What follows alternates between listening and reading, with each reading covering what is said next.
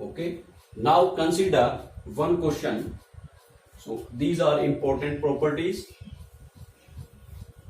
Now consider a question.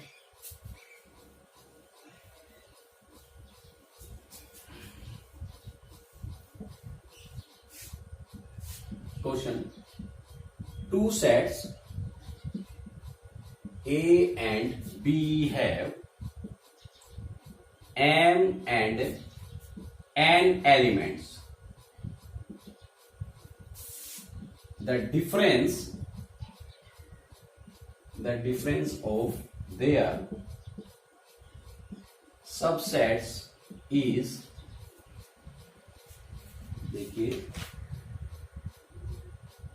two finite sets have n, the total number of subset of the first set. Okay. Or you can say that the difference of their subsets is the difference of their number of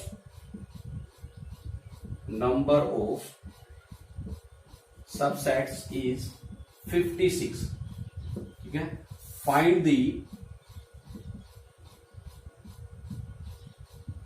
number of elements in A and B. ये हमारे पास देखिए कोई set है. This is a set. इसमें m number of elements हैं. ये हमारे पास second one. This is set B. इसमें n नंबर ऑफ एलिमेंट्स हैं. और जो इनके सबसेट्स हैं उनका डिफरेंस, नंबर ऑफ सबसेट्स का डिफरेंस जो है दैट इज 56. सो हमें इनमें m और n की वैल्यू फाइंड आउट करनी है. सो इसका प्रूफ देखिए. वेरी इंपॉर्टेंट क्वेश्चन कंपटीशन के अकॉर्डिंग. सो सिंस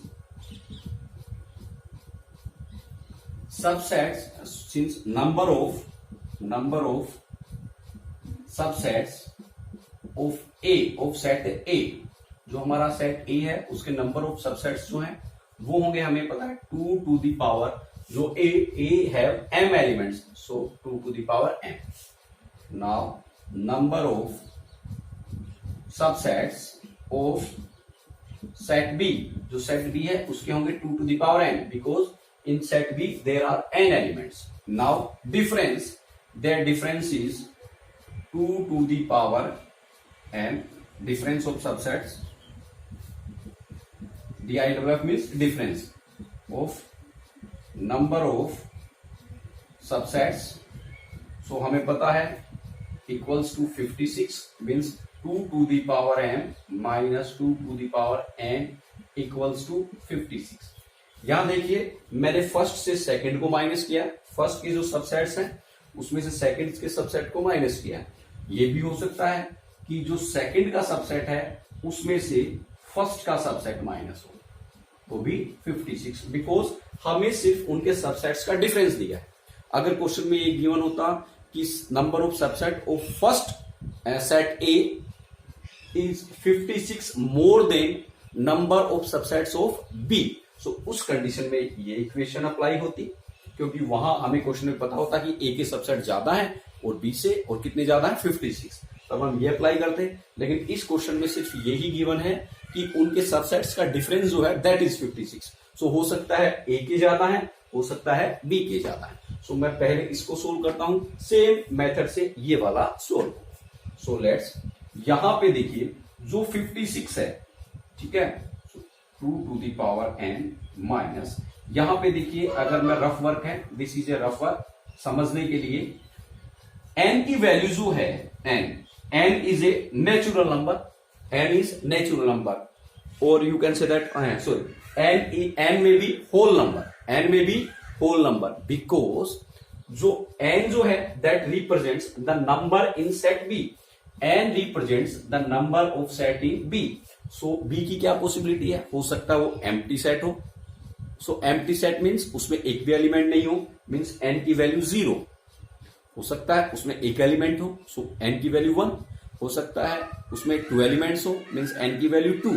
इसी तरीके से जो होल नंबर है वो पॉसिबल है.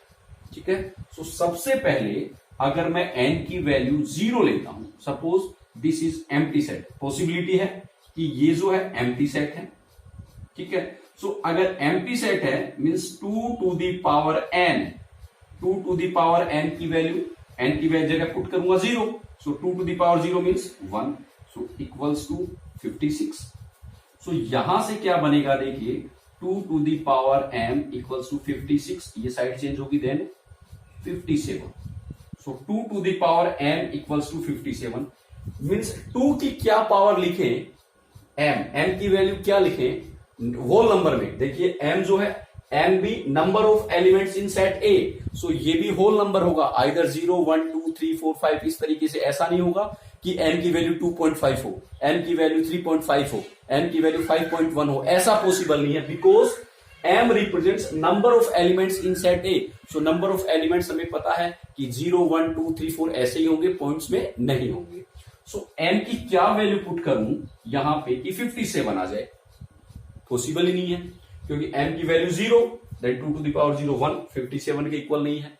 देन m की वैल्यू 1 पुट करूं, then 2 to the power 1 means 2, नहीं है इक्वल। 2 पुट किया, then 2 to the power 4, 3 put किया, then 2 to the power 3 equals to 8, equal नहीं है। सो इस तरीके से अगर मैं बात करूं, so 2 4 8 and 2 to the power 4 equals to 16, then 32। देखिए क्या क्या पॉसिबिलिटीज हैं, 2 4 सॉरी 1 2 4 देन 8 देन 16 32 64, ये पॉसिबिलिटीज। लेकिन इसमें 57 नहीं आ रहा, means n cannot be 0, n 0 नहीं हो सकता, ठीक है, इसका मतलब n 0 नहीं है। Okay, then try n equals to 1, अगर n की वैल्यू 1 है देन, तो देखिए ये हमारे पास बनेगा 2 to the power n minus n की जगह क्या पुट करूंगा 1, देन इट बिकम्स 2, सो ये साइड चेंज होगी, देन इट बिकम्स 58। सो बताइए n की वैल्यू क्या पुट करूं, 58 है, यहां से देखिए होगा क्या, नहीं होगा, क्योंकि 58 इसमें नहीं आ रहा, सो ये भी पॉसिबिलिटी नहीं है।